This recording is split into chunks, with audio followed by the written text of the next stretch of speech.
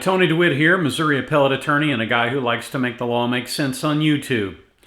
Today we're going to talk a little more about prosecutors, so stay tuned.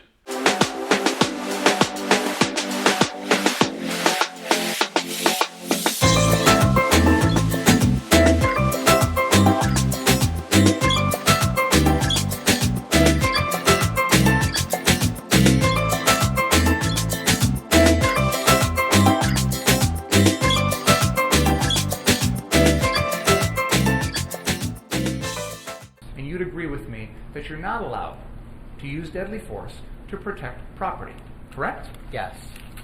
But yet you have previously indicated that you wished you had your AR-15 to protect someone's property, correct? I'm going to ask you to go into the library again for a moment, please. Please don't talk about the case.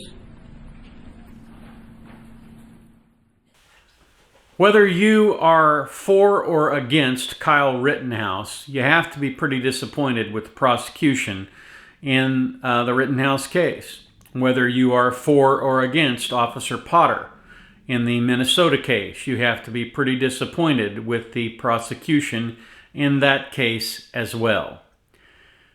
And if you look around the country at some of these places like San Francisco, where they're just not prosecuting petty crimes, where people are literally leaving their cars unlocked so that people don't get their windows broken in while thieves rummage through looking for something to steal. All of these things illustrate something that I talk about frequently when I go out and talk to civic groups, and that is you need to be very judicious about who you elect as your prosecutor. Now, the actual in-courtroom work in these cases is not being done by the elected prosecutor, right? It's being done by someone hired by the elected prosecutor. The elected prosecutor is the person who sets policy. For the most part, people who get elected to public office, politicians, are good at being politicians. They are rarely good at being trial lawyers, simply because they most often have not done it. They may have done it at one point in time in their career, but all skills are things that you can use and then lose. So when you look at these cases and you look at the ineptitude of the prosecutors, that falls back on the person who's running the office, and those are the people that need to be held accountable. Now, I've seen a lot of public or social media stuff on Mr. Binger, things like disbar Binger and that sort of thing. I understand the anger that comes out of that, and I fully appreciate the sentiment because I do think that he crossed the line.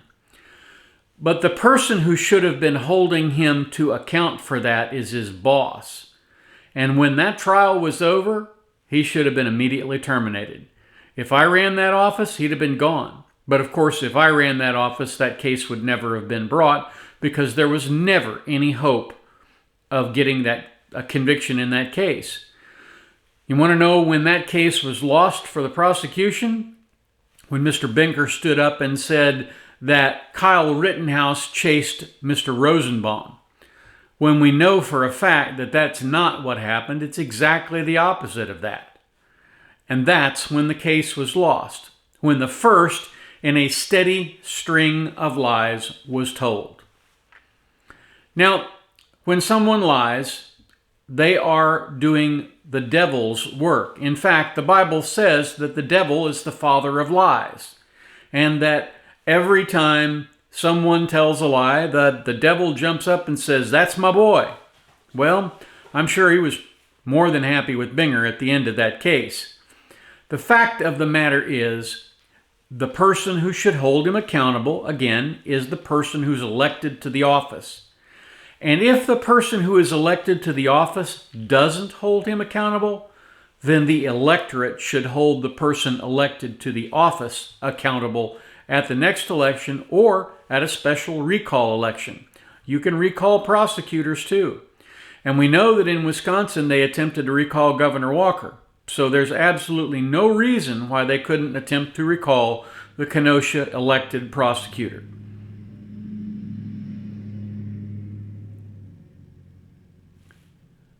I hate it when they do that. You know, they could just put a muffler on the darn thing.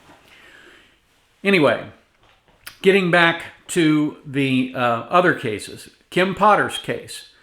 I watched the cross-examination of Officer Potter by this female prosecutor in Minnesota, and she did a terrible job. Prosecution is an art form unto itself because you're representing the state. You're cloaked in the flag, so to speak. And you have an obligation not only to do a good job, but to uphold the values inherent in the flag that's wrapped around you. And when she got up and started asking her questions about basically asking cross-examination questions that had to be answered, yes, she spent 10 minutes getting yes answers that did absolutely nothing for her case.